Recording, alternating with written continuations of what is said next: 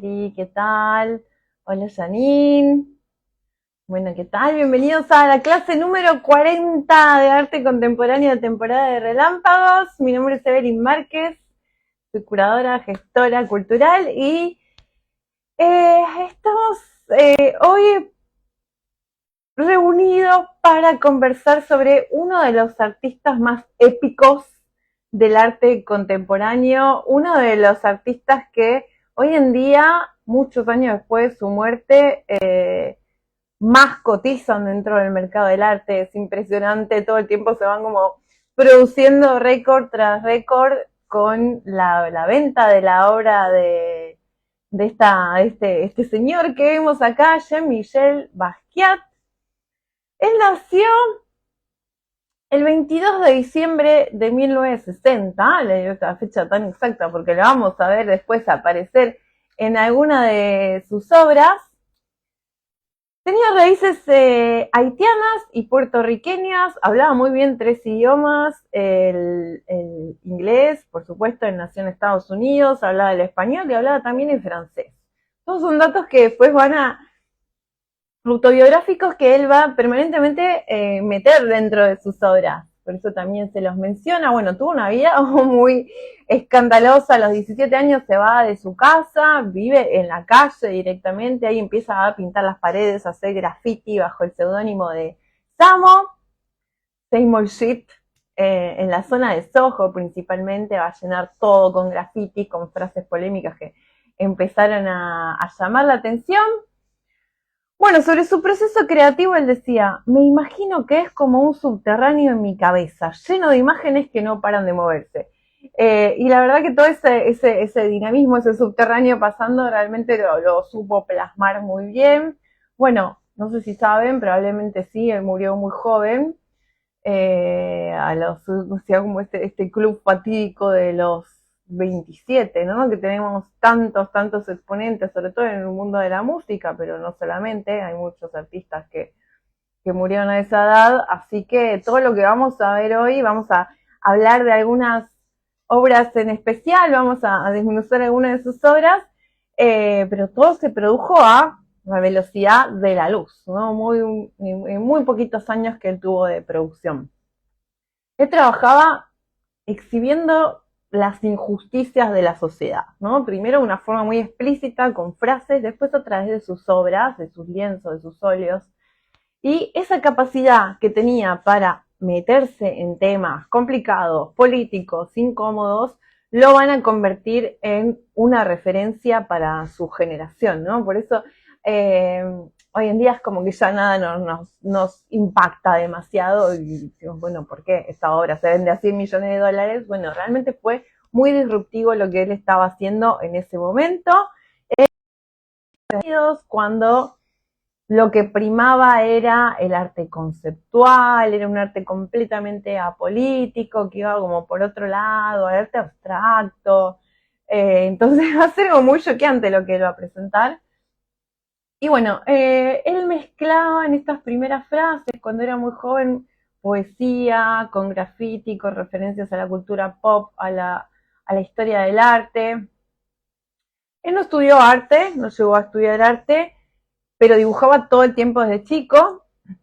De hecho, cuando era chiquito él tuvo un accidente, estuvo un tiempo internado en el hospital y ahí su madre le va a regalar un libro que va a ser muy importante después en su obra, que es un libro de anatomía, ¿no? Un libro de anatomía de Grey se llamaba, que él cuando tenga su propia banda musical le va a poner ese nombre, Grey, y bueno, probablemente le suene de una serie bastante famosa que era Grey's Anatomy, ¿no? Está tomado de este libro que aparentemente fue muy famoso en Estados Unidos y él lo tuvo de chiquito y bueno, después va a meter huesos, cráneos por todas partes dentro de sus obras. Bueno, sus padres se separan cuando él era chiquito, lo cambian de colegio un montón de veces, va como a 5 colegios distintos hasta que termina en un colegio para chicos superdotados y ahí va a conocer al que va a ser su gran amigo, Al Díaz, que después se va a dedicar más a la fotografía, pero bueno, él lo va a insertar en este mundo de graffiti, de las bandas callejeras, las drogas, las pintadas y demás, y van a crear Samo, que los firman siempre con esta C así de como si fuera una empresa, como una empresa registrada, Samo, que significaba Same Old Shit.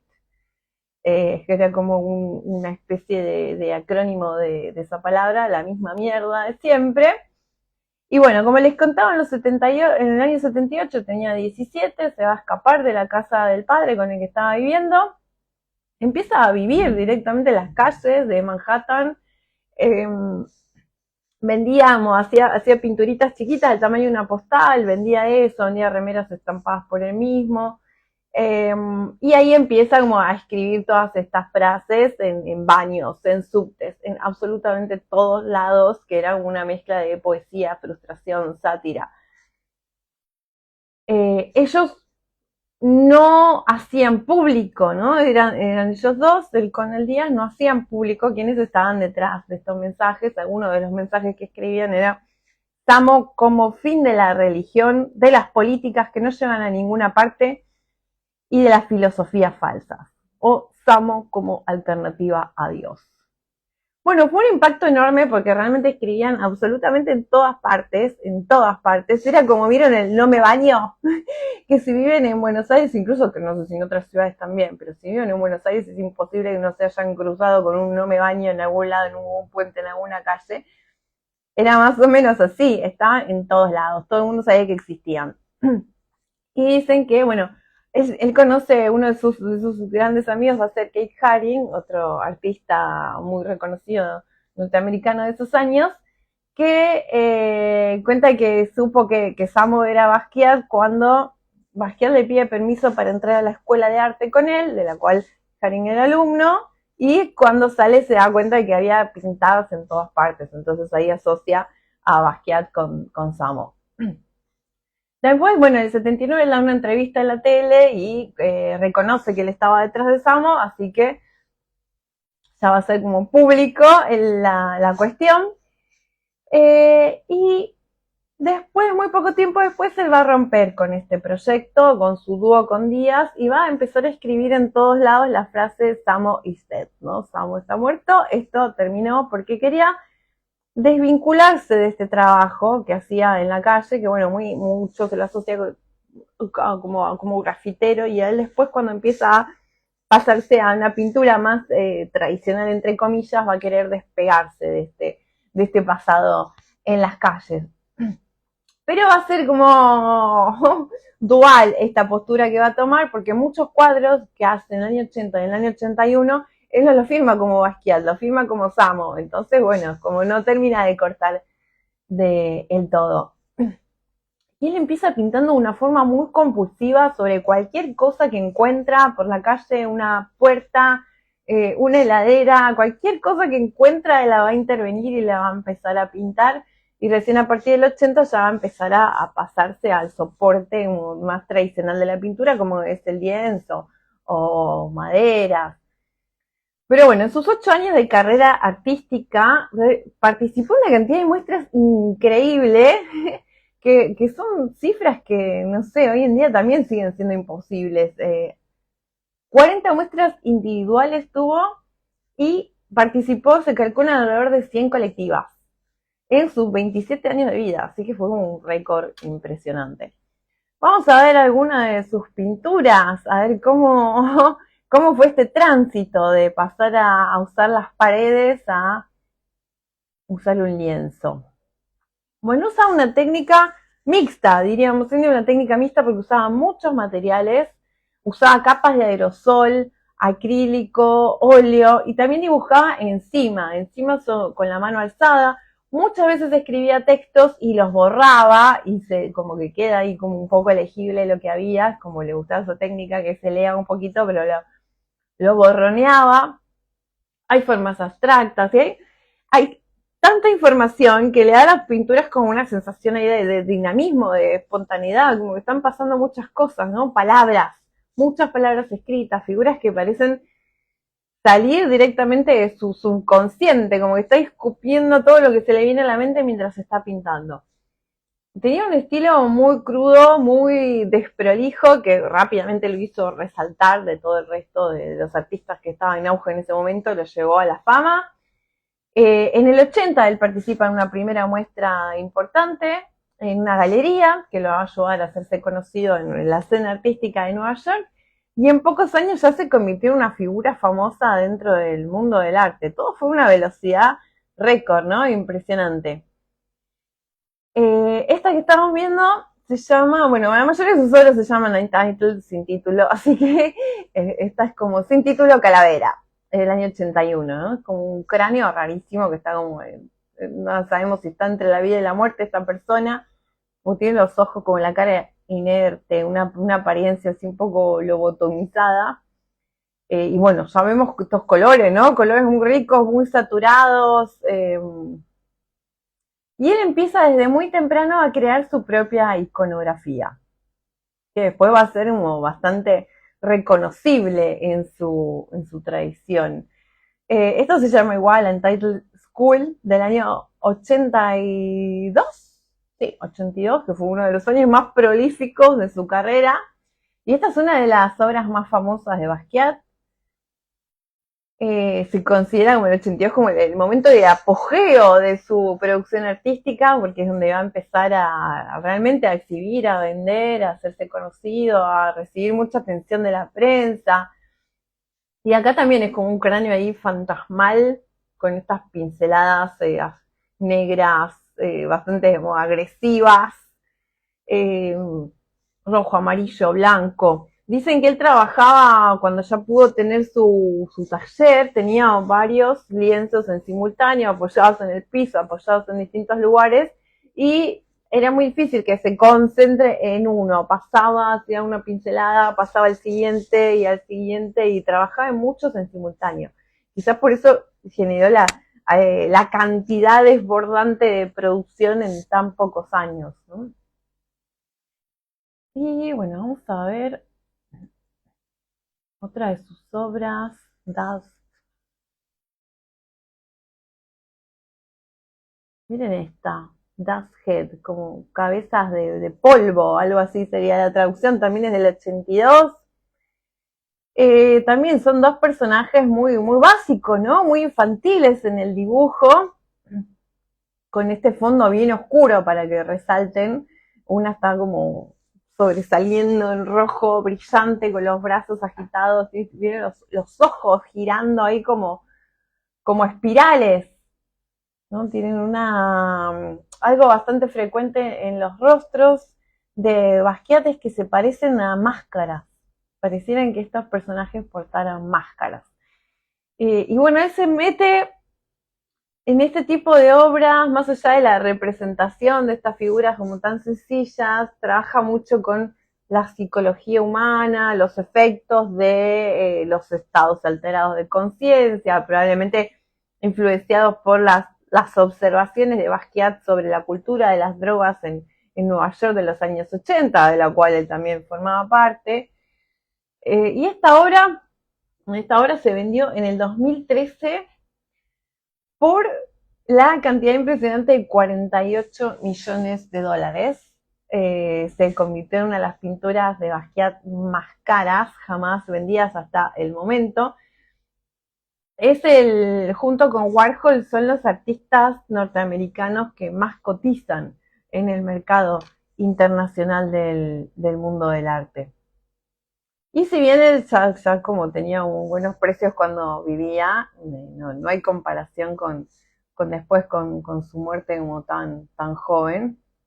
Esta es una pintura muy curiosa porque se llama In Italian, en italiano, y está llena de palabras, pero la única que está realmente en italiano está tachada, que dice sangre, y está arriba como corregida en español, sangre.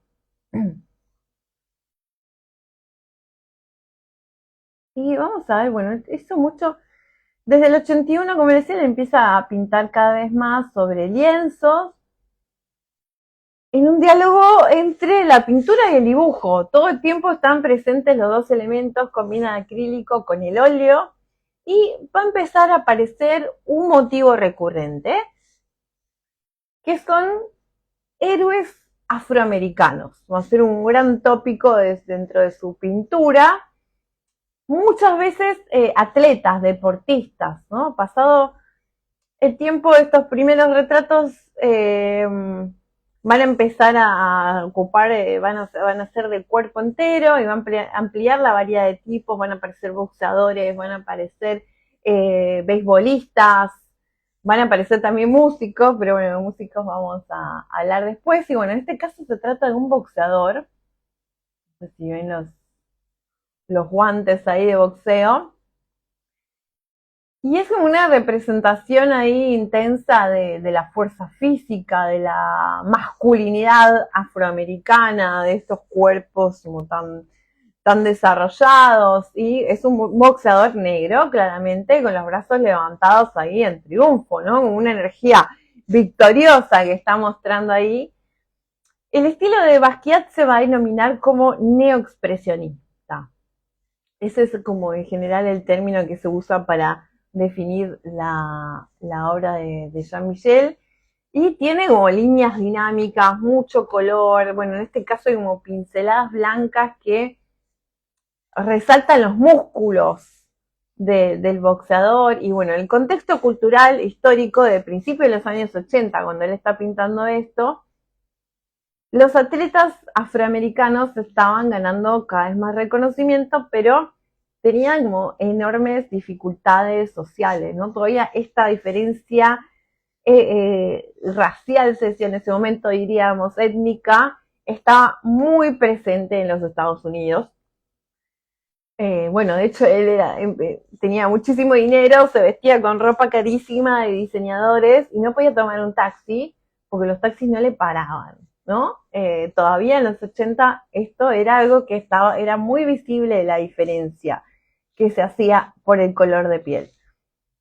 Entonces, él va a empezar a incorporar cada vez más seguido esta cuestión en sus pinturas, ¿no? En sus obras. No solamente acá este boxeador está como glorificando la fuerza física de este afroamericano, sino que también está empezando a explorar los conflictos de identidad, de raza, de poder, que vamos a ver ahora en varias de sus obras. Y bueno, les contaba que él también bueno, él era músico, tocaba clarinete y algún otro instrumento más que ahora no recuerdo cuál era. Tenía su banda que se llamaba Grey y en muchas de sus obras le rinde homenaje a músicos del jazz, a músicos que le gustaba escuchar. Charlie Parker, Gillespie, en este aparece Gillespie, esta ahora se llama Horn Players. Bueno, aparece acá en el cuerpo de Charlie Parker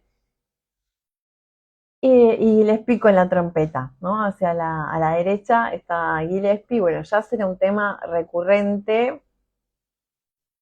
También se puede decir que su estilo pictórico tenía algo de esta cuestión de improvisación del jazz que a él le seducía, que le llamaba la atención. Y bueno, esto es un tríptico que está dividido en 3 paneles. Acá en el vivo de Instagram se me ve como más acotada la imagen, pero bueno, es un tríptico. Y tiene como notas musicales en rojo, en rosa, todo para diferenciarse bien de este fondo oscuro, franjas de pintura espesa. Muchas de las palabras, aunque parecen aleatorias, tienen que ver con la vida de estos personajes que él va a retratar. Del lado derecho, sobre el retrato de Gillespie, que nunca vi una foto de Gillespie, así que realmente no sé qué tan fiel es a el músico, aparece varias veces la palabra ornithology, ¿no? Como ornitología, que hace referencia a una canción que era de 1946, que se llamaba así, y después aparecen Chan, Pri, algunas palabras que son la esposa y la hija del otro músico, de Charlie Parker, y alquimia. Abajo, como aparece varias veces la palabra alquimia, que probablemente a él, a esto le remitía esta magia que hacían estos artistas en el escenario improvisando sobre el jazz. Y sobre esta cuestión tan fuerte de la discriminación que vivía en cuerpo propio y también en sus amigos, va a ser una de sus obras más conocidas, que es esta, que se llama Ironía del policía negro. En esta, en Hollywood African, son algunas de las obras de que empieza a trabajar con esta cuestión de raza política. Y esta en particular muestra como las contradicciones de un policía negro, ¿no? Que está trabajando para un sistema opresivo y que maltrata a la gente de su mismo color. Tiene un casco muy particular que tiene como el trazado de forma de jaula, que representa un poco el control, el encarcelamiento de los afroamericanos dentro de las estructuras opresivas, que sabemos que es exactamente lo que sigue pasando hoy en día, ¿no? Son noticias que seguimos viendo que nos llegan de Estados Unidos, que bueno, obviamente hay un delito, quienes son los primeros acusados, las personas que tienen como la piel más oscura. Esto sigue pasando 40 años después. Acá me dice Sherry, a pesar de lo caótico de las formas propias del expresionismo, la elección de las paletas que usa da mucha calma por la armonía. ¡Qué crack! Bueno, yo no sé si usaría la palabra calma, ¿eh? Porque es como muy es un poco agresivo la forma en que se resalta de las figuras de los fondos, ¿no? Y la pincelada es un poco violenta, pero bueno, eso te genera calma, eso es como muy subjetivo, así que lo respeto. Bueno, y está el título de la obra, está escrito al costado, ¿no? Ironía de un policía negro, y abajo como la palabra peón también, como que hace referencia a que los policías afroamericanos no son más que instrumentos de un sistema diseñado para marginarlos a ellos mismos. Así que es algo que va, va a sobrevolar muchas veces. Después hizo esta que mencionaba antes, Hollywood Africans, que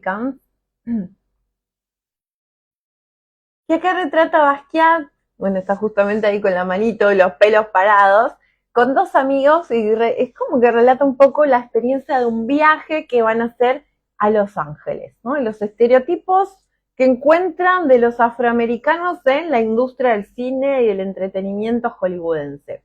Esto es una obra del 83. Y bueno, va a denunciar todos estos estereotipos que se le imponen, los roles típicos que tienen siempre en todas las películas los afroamericanos, ¿no? Como pasa con los latinos. Latino, narco, que lo vemos también, lo seguimos viendo hoy en día en muchísimas series de Netflix, como estereotipos como muy elementales que se siguen manteniendo a lo largo del tiempo. Y bueno, él está más a la derecha está Basquiat, después hay un rapero que lo acompaña y otro pintor, que son los tres que hicieron el viaje, que habían ido desde Nueva York de punta a punta, y tiene anotaciones autobiográficas, ¿no? Está la fecha de nacimiento de Basquiat, por eso decía, era el 22 de diciembre del 60, está anotada encima de la cabeza de Basquiat, y referencias como históricas como caña de azúcar, tabaco, los típicos trabajos en los que siempre estuvieron involucrados de la época del esclavismo, gangsterismo, frases que aluden a los roles limitados y muchas veces degradantes que se le otorgaban a los actores negros en el pasado de Hollywood y no tan pasado, ¿no? Porque hay como fechas que va tachando y actualizando. Y muchas veces tacha palabras que escribe. Cuando tacha estas palabras o tacha estas frases, no es que intenta ocultarlas, sino que más bien es lo contrario, es como que te llama la atención sobre eso que está escribiendo, ¿no? Y acá en este caso lo usa para resaltar la exclusión, la marginación de los afroamericanos. Y esto ahora también fue revendida hace poco tiempo, en el 2018, 10 millones de dólares, nada menos que 10 millones de dólares. Hay una película muy interesante que se llama Basquiat, dos actores famosísimos, no tanto el que hace de Basquiat, que creo que es uno de sus primeros trabajos, pero después, bueno, su mejor, es del año 96 la película, tiene unos cuantos años, pero bueno, digo, son todos como artistas súper conocidos, aparece David Bowie, el que es su mejor amigo en la película es Benicio del Toro, hay uno que es muy famoso, ahora se me fue el nombre. Pero sí tiene un staff increíble esa película. La pueden encontrar en YouTube. Es del 16. Y hablando de esto de la cuestión policial, de la brutalidad policial, de la violencia racial, esta fue una de las obras más impactantes que hizo Basquiat en relación a ese tema, que se llama La muerte de Michael Stewart. Todo esto me resuena mucho previo a la pandemia. ¿Se acuerdan de Black Lives Matter y todo este movimiento que surgió? También cuando la policía mata a un detenido y lo golpean y lo ahogan. Es como un tema que cada tanto tiempo vuelve a salir. Y bueno, la muerte de este chico, Michael Stewart, era grafitero también y se convirtió en un símbolo en su momento, en los años 80, sobre todo en la escena artística neoyorquina, en un contexto de muchos enfrentamientos, mucha tensión racial en la ciudad, y la comunidad artística neoyorquina, que hasta ese momento era completamente apolítica y no se metía en nada, ni desde el contenido de las obras, que iba más por el lado de la abstracción, por otro lado, ni tampoco como a nivel manifestación, ¿no? Para nada. Bueno, acá empieza a manifestarse verbalmente a través de obras que reflejan como cierta solidaridad o en un caso de Basquiat como la rabia que sintió en ese momento por la brutalidad de la policía, por temor a nuevas medidas represivas. Él estaba pintando, este chico muy jovencito estaba pintando eh, pero algo era como un fibrón, así que era algo muy mínimo, la policía lo agarra, lo persigue, lo esposa, lo empieza a golpear, eh, tiene un paro cardíaco, entra en coma y muere. Todo por una estupidez que ni había sido enjuiciada, ni denunciada, ni nada, fue todo muy, muy trágico. Y sobre esto, bueno, sobre esta obra en particular, bueno, acá está como la figura negra, ¿no? Una silueta negra que no tiene ningún tipo de rasgo, que es muy choqueante eso, ¿no? Porque podría ser cualquiera que pertenezca a esta comunidad afroamericana, a la cual Basquiat siempre va a representar en sus obras, podría ser cualquiera que esté en ese momento atacado por estos dos policías que encima tienen como una sonrisa muy, muy terrorífica, ¿no? Estos colmillos y los palos ahí a punto de golpearlo. Y hace poco estuvo en una muestra y la curadora, la Bouvier, decía, en 1983 no teníamos un lenguaje en torno a la brutalidad policial, la supremacía blanca o la violencia estatal para hablar de estos temas públicamente. Existía y existe un miedo muy real de que la policía, si eres una persona negra, pueda matarte y salirse con la suya. Creo que Basquiat era consciente de que no se trataba solo de Michael Stewart, ni siquiera de él, sino de que existe una historia de violencia estatal contra el cuerpo negro. Y creo que eso es lo que representa esta pintura. Esta historia de violencia estatal contra el cuerpo negro como herencia estadounidense. Eh, bueno, Basquiat toma este caso, pero va a tomar varios casos más, así significativos, donde ponen el nombre y apellido de las personas. Y él decía, en relación a eso, los héroes que elijo para pintar son gente que hizo algo a pesar de perderlo todo. Hay algunas más, hay otras que les voy a mostrar algunas. Un tema en el cual él se explayó bastante. Miren este policía también bastante siniestro. Eh, Lamentablemente me recuerda bastante a las marchas de los miércoles que estamos teniendo. Pero bueno, temas que no pasan de moda. Y él, bueno, al usar este tipo de iconografías, así también como los músicos de jazz, músicos del hip hop, él usa referencias muy diversas que le permitían conectar con una audiencia más amplia de la típica del mundo del arte, ¿no? Que se podía sentir identificada con alguna de estas facetas de sus obras. Por eso fue realmente muy famoso como la velocidad de la luz, porque la generación a la cual él pertenecía lo sentía como un referente. Entonces, bueno, hoy en día sería un influencer, diríamos. En ese momento, por suerte, no existían esos términos. Lo hacía a través de sus obras. Y les voy a mostrar esta obra, es enorme, enorme, mide casi 4 metros de largo. Obviamente en un telefonito se van a perder todos los detalles, pero quería mencionarla. Se llama Gran Espectáculo, entre paréntesis, el Nilo. Y esta fue una de sus pinturas más importantes, porque lo que hace acá es una especie de historia de los negros, ¿no? Eso es como de alguna forma lo mencionan todos los textos que aparecen escritos sobre este lienzo. Vimos un poquito más unos detalles que hace alusión a la emigración que hubo desde África hasta Estados Unidos, todo lo que tiene que ver con la esclavitud, la lucha por los derechos civiles. Y está como lleno de signos, símbolos, sus caligrafías. Es como una pintura histórica, realmente como una línea histórica la que él va trazando con su iconografía muy característica, muy consciente de él, de su raza, de sus orígenes. Él mezcla idiomas, como les contaba, él hablaba 3 idiomas con mucha fluidez, y todos estos términos, bueno, van apareciendo a lo largo de esta pintura. Y la base de esta obra es el Nilo, el río, ¿no? Que se supone que fue uno de los orígenes de la civilización occidental. Aparece un barco, a la izquierda vienen las típicas máscaras africanas, aparece después un barco, ¿no? Este paso forzado, este cambio de continente en situaciones muy, muy terribles vinculadas a la esclavitud. Menciona también la similitud entre los nombres de las ciudades, ¿no? Memphis, que hay una Memphis en Tebas, a la Memphis de Estados Unidos, en Tennessee. Bueno, había muy pocas personas en su época. Él fue el primer pintor negro que realmente alcanzó la fama, ¿no?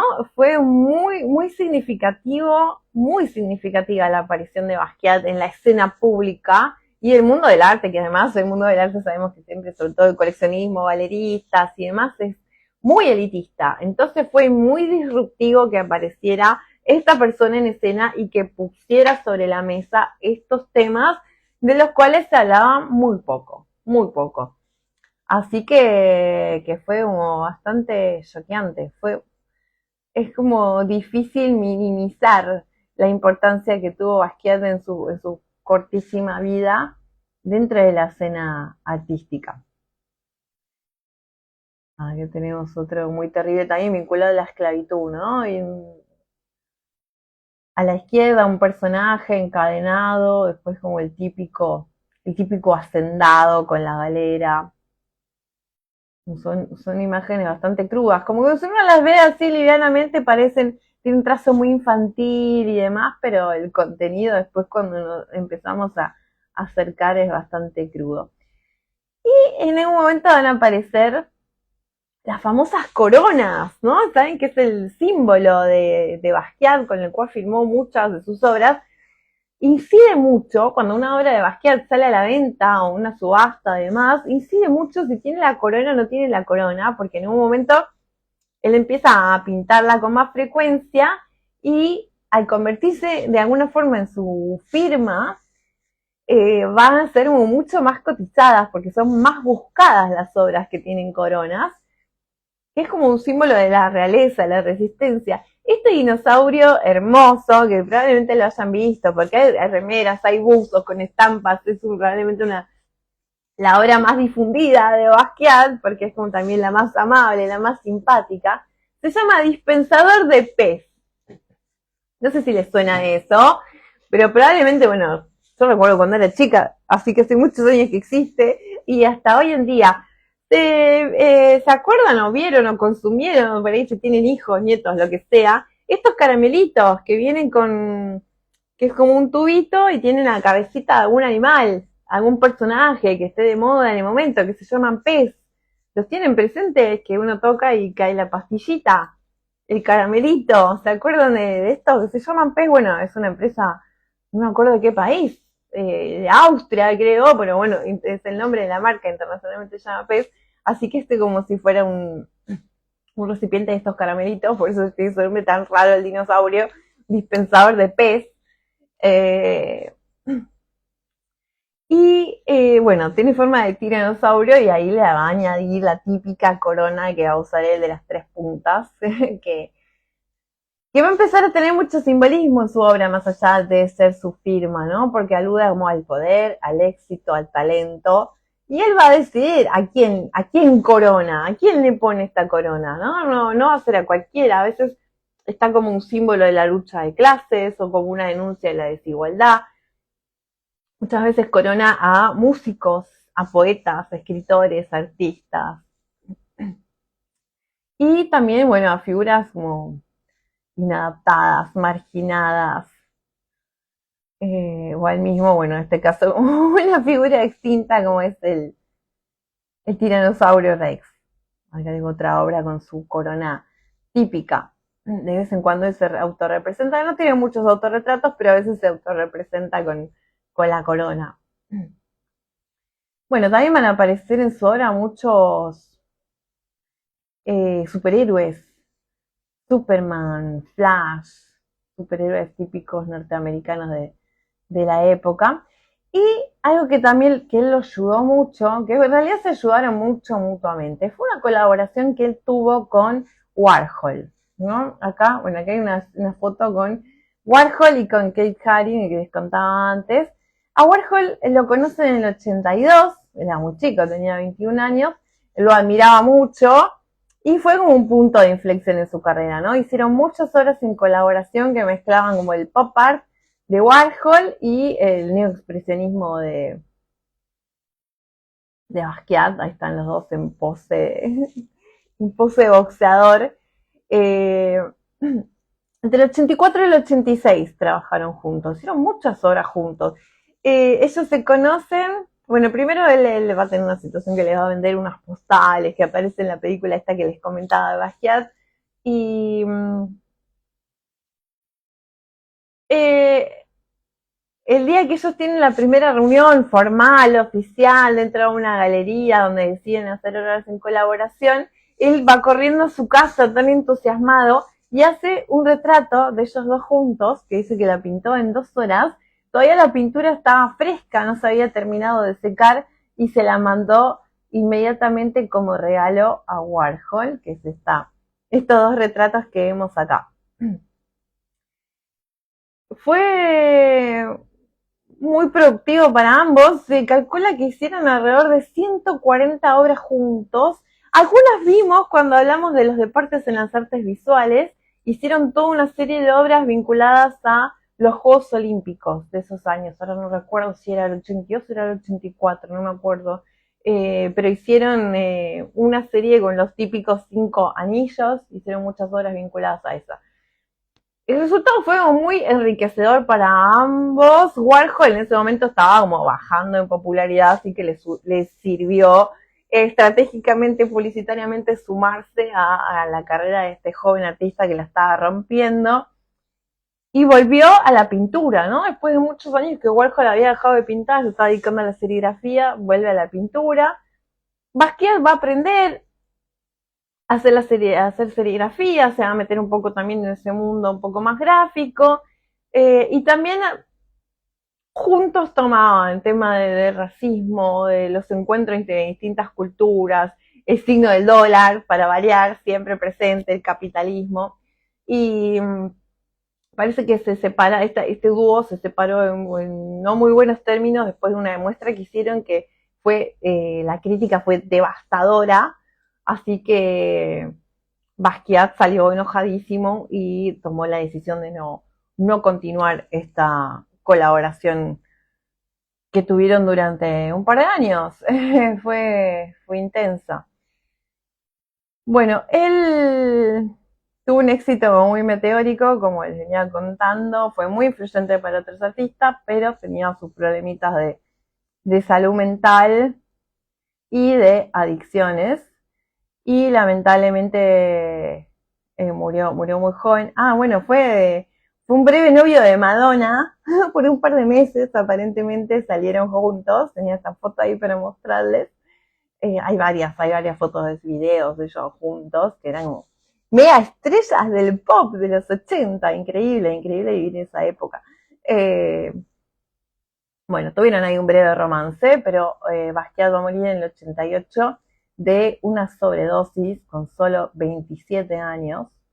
Por eso les decía, es como parte del club de los 27 con Jimi Hendrix, Janis Joplin, Kurt Cobain, y bueno, tantísimo, Amy Winehouse y muchísimos, muchísimos más.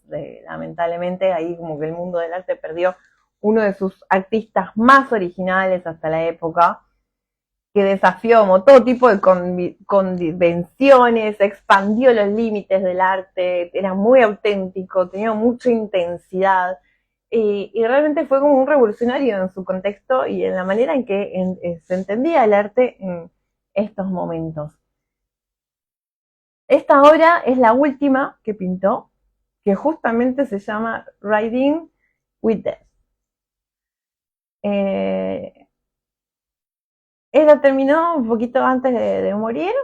Es como una de las más poderosas de sus obras, muy distinta a lo que veníamos viendo, ¿no? Es como que estaba mucho más despojado el fondo, aparece como una figura afroamericana que está cabalgando sobre la muerte, ¿no? Sobre este esqueleto blanco con un fondo beige que tiene textura, está trabajado con textura.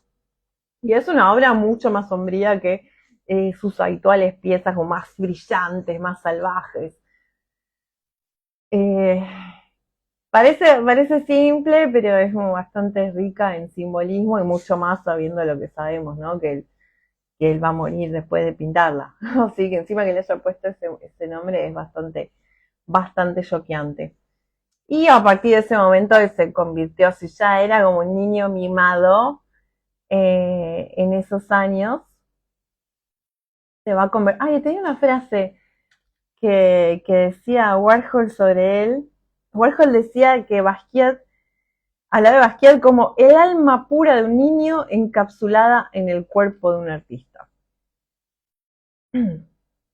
Y bueno, fue uno de los récords, una de las obras que sigue siendo de las más caras vendidas en la historia de, iba a decir de la humanidad, pero suena demasiado, en la historia de los remates y las subastas, que es una que vimos al principio, una de estas primeras caladeras, que se llama Untitled. Esta obra fue la pintura más cara que se ha vendido de Basquiat en el año 2017 en una subasta que llegó a 110 millones de dólares. La compró un multimillonario japonés que era muy fan de Basquiat, que ya tenía unas obras. Dicen que fue muy, muy dura la lucha y estaban entre dos postores ahí durante 10, 15 minutos subiendo hasta que, bueno, esta transacción era más del doble de lo que se esperaba vender esta obra, rompió el récord de la mayor cantidad de dinero jamás pagada en una subasta por un artista estadounidense. Así que superó a Warhol también. Bueno, hasta acá llegamos con este breve paso por algunas de las obras de Jean-Michel Basquiat, este artista como tan influyente a posteriori. Pocos artistas han influenciado tanto y con una influencia tan amplia también en otros mundos, ¿no? Sigue siendo influyente en el mundo eh, del graffiti. Por más que él se quiso desapegar un poco de eso, sigue estando presente. Acá tenemos como un artista local que es Cartuneros, que tiene una gran inspiración. ¿Dónde va la plata de esas ventas? Y bueno, al dueño anterior.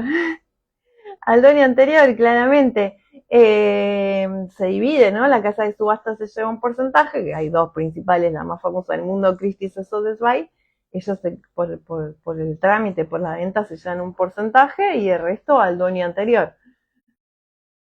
Van subiendo tanto de valor que hacen negocio con eso, pero bueno, no sé qué, no sé si es la intención del último que la compró, porque es un japonés que estaba con intenciones de hacer un museo en Japón y que era muy fan de Basquiat y ya estaba como en la búsqueda de otras piezas, así que no creo que se deshaga pronto de este tipo de obras.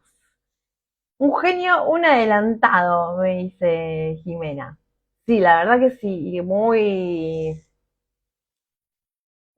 osado, ¿no? Muy osado en sus técnicas, en las temáticas, en su forma de encarar el arte, la vida. Realmente fue muy disruptivo.